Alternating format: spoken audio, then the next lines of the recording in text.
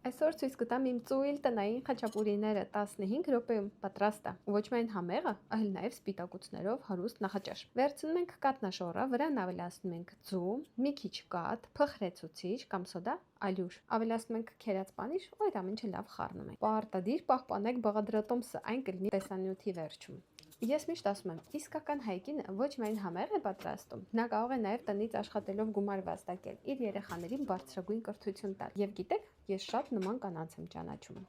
Վերջերս մեր մոտ անցկացվեց օնլայն բիզնեսի ուսուցում։